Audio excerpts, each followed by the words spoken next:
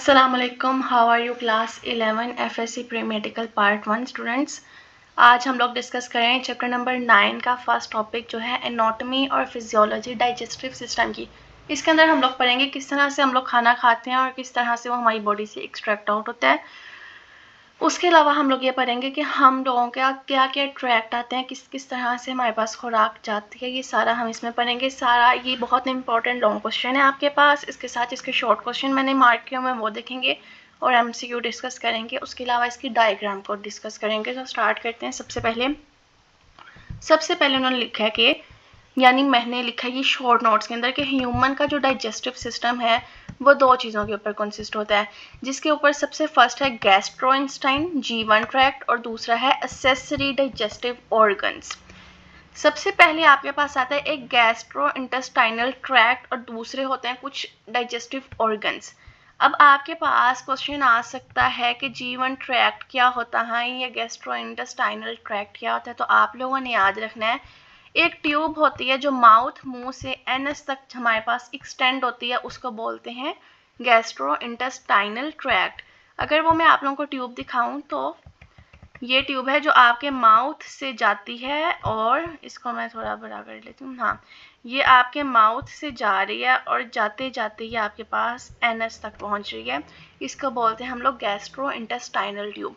उसके अलावा दूसरे ऑर्गन्स की बात हो रही है तो उसके अंदर आपके पास लीवर की बात हो रही है, स्टमक की बात हो रही है, आपके पास स्मॉल इंटेस्टाइन की, लार्ज इंटेस्टाइन की, इन सब की बात हो रही है यहाँ पे। आई होप सो आपको इतना क्लियर हो गया। अब यहाँ लिखा है include oral cavity. Oral cavity हमारे पास ये मुंह वाली जगह। फेरिंक्स नेक्स्ट हमारे पास आता है, ये मैं आप लोगों को थोड़ा सा बता देती हूँ।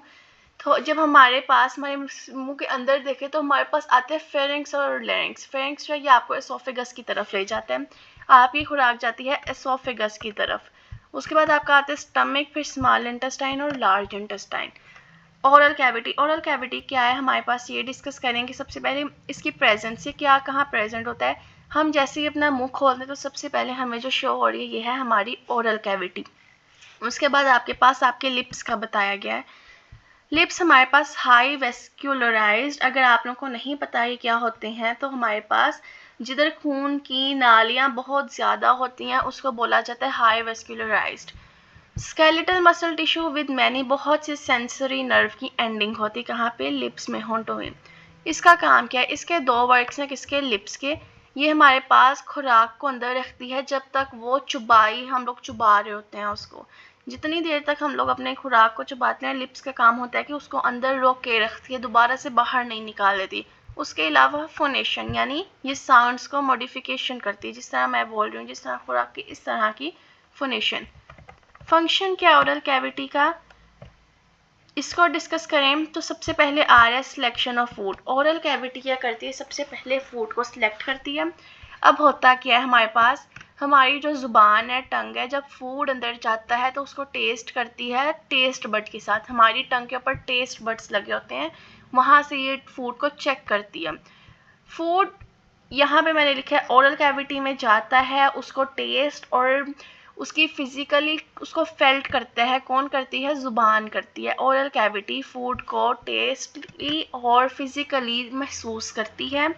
अगर तो वो अनप्लीजेंट, बदमज़ा या सख्त खाना होता है तो वो खुराक को रिजेक्ट कर देती, वो अंदर जाने से नहीं जाने देती। अगर कोई हड्डी चले जाती है हमारे मुंह में, चिकन खाते हुए कोई हड्डी आ जाती है तो वो अंदर नहीं जाने देती, वो उसी टाइम उस चीज़ को रिजेक्ट कर देती है। या कोई डर्ट से भरा हुआ खाना हो तो वो अंदर जो हमारी टंग वगैरह है उसे पहले ही रिजेक्ट कर देती हैं।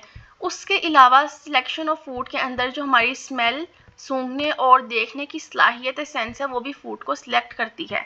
नेक्स्ट आपके पास आता है mechanical digestion of food. Mastication is very important short question, आप लोग इसको अभी मार्क कर लो। यहाँ पे लिखा है कि जो खुराक है, फूड है, वो फिजिकली ब्रोक होगा। हमारे पास हम रोटी का बाइट डालते हैं अपनी ये, तो वो फिजिकली टूट जाता है। कि कौन तोड़ते हैं उसको, तीथ तोड़ते हैं। कभी आप लोगों की ज़ुबान नहीं तोड़ती, लिप्स नहीं उसको तोड़ते, उसको तोड़ने में कौन मदद करता है, तीथ मदद करते हैं हमारे पास। फूड को वो स्मॉलर करती जाती है और एक ऐसा मैनेजेबल पीस के अंदर कन्वर्ट कर देती है, बिल्कुल छोटा सा, या उसको बिल्कुल बोलस टाइप बना देती है, जो हम लोग नेक्स्ट डिस्कस करते हैं। उसके बाद नीचे लिखा है केमिकल डाइजेशन ऑफ फूड। किस तरह से फूड होता है, किस तरह से सिर्फ क्या खाना ही होता है लेकिन और कुछ नहीं होता। तो यहाँ पे लिखा है कि ओरल कैविटी के अंदर स्लाइवा मौजूद होती है। स्लाइवा हम बोलते हैं थूक को। स्लाइवरी ग्लैंड सिक्रीट करती है पोर। जब आप खुराक को चुबा रहे होते हो तो क्या करता है सेल स्लाइवरी ग्लैंड, थूक बनाने वाले ग्लैंड, वो उसके ऊपर सीक्रेट करती है, क्या थूक करती है खाने के ऊपर। आपकी पैलेट, पैलेट क्या होती है, ये आपकी है जुबान। ये आप लोग देख सकते हो, जुबान के बिल्कुल ऊपर हाथ लगाओ, अपनी मुंह खोलो और जुबान के बिल्कुल ऊपर हाथ लगाओ, और ये है आपका पैलेट। उसके अलावा आपकी जुबान और चिक्स, चिक्स आपको पता है क्या होती है, ये हेल्प करती है ताकि जो मिक्स हो सके फूड स्लाइवा के साथ, क्योंकि अगर ये होगा तो ये अंदर लेके जाने के अंदर आसानी हो जाएगी। तो ये हमारे पास हेल्प करती है। नेक्स्ट उन्होंने बोला है कि जो सलाइवरी ग्लैंड है, थूक बनाने वाली ग्लैंड है, उनके 3 पेयर्स के अंदर होती है। सबसे पहले ये इंपॉर्टेंट है, मैंने इस तरह इसलिए लिखे हुए हैं, सबलिंगुअल, टंग के नीचे। कभी आप लोग नोट करना, आप लोग अपनी सारा मुंह खुश्क करो एक दफ़ा और आपकी जो टंग के नीचे वाली जगह है वो थूक बनाना शुरू कर देगी।